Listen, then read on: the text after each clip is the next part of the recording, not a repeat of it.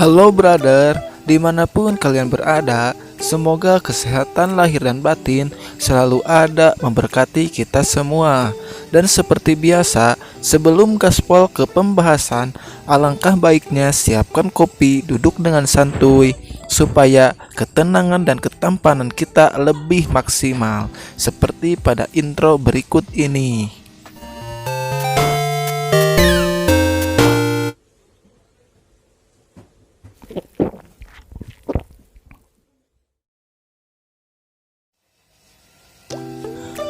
Jangan terlalu banyak bicara, kita langsung saja pada pembahasan yang penuh kesantuyan.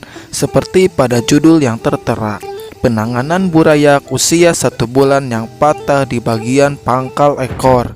Dalam bahasa ilmiahnya, kalau gak salah, asam urat, pegelinu, rematik, encok, leklok, kram, sendi, hipertensi, gagal jantung, patah hati, hilang semangat, gak ada gairah, ingin hilang ingatan, mencoba lupakan, tapi tetap bertahan.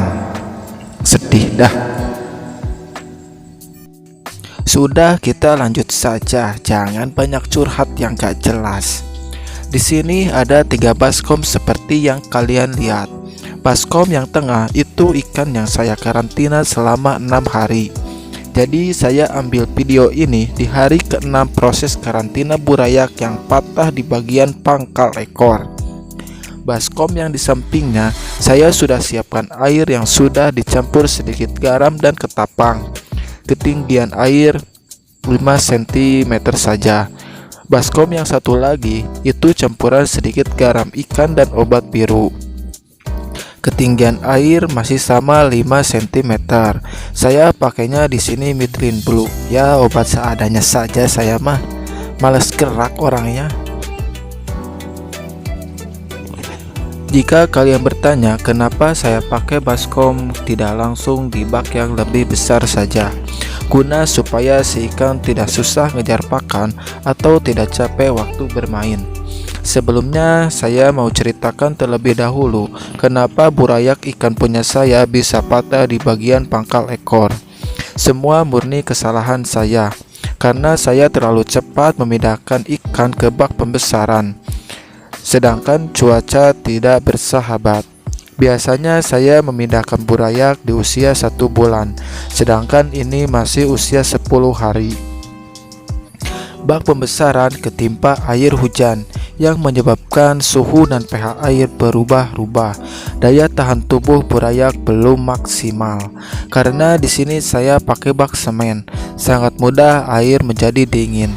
Kalau pakai bak kulkas atau fiber, menurut saya bakal aman-aman saja. Si ikan mulai sakit terkena jamur.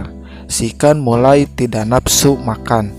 Bisa jadi penyebab patah ekor itu karena si ikan lemes, ngambil napas gak ada gairah, air dingin, pH gak stabil, dan jamur yang bikin mereka gatal. Akhirnya si ikan tetap di dasar tidak gerak-gerak.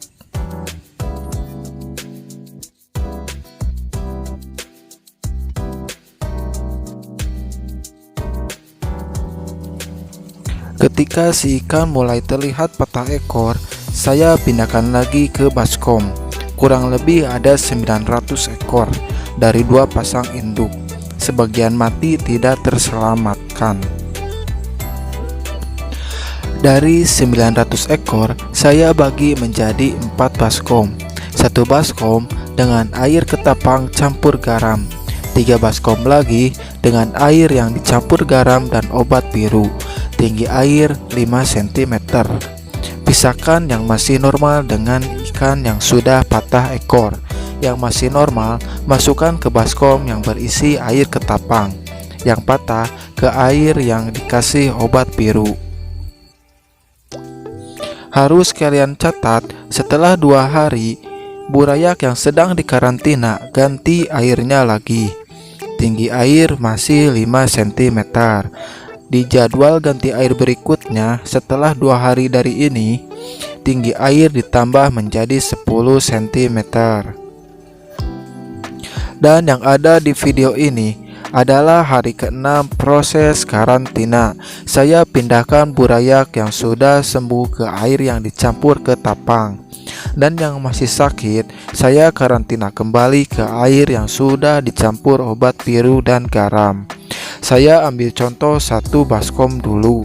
Masih ada 2 baskom yang akan saya sortir untuk dipisahkan yang sudah normal dan yang belum normal. Dalam proses ini, kita kembali lagi ke tahap awal. Tinggi air masih 5 cm. 2 hari kemudian, ganti lagi sambil disortir mana yang sembuh, mana yang belum. Tinggi air masih 5 cm.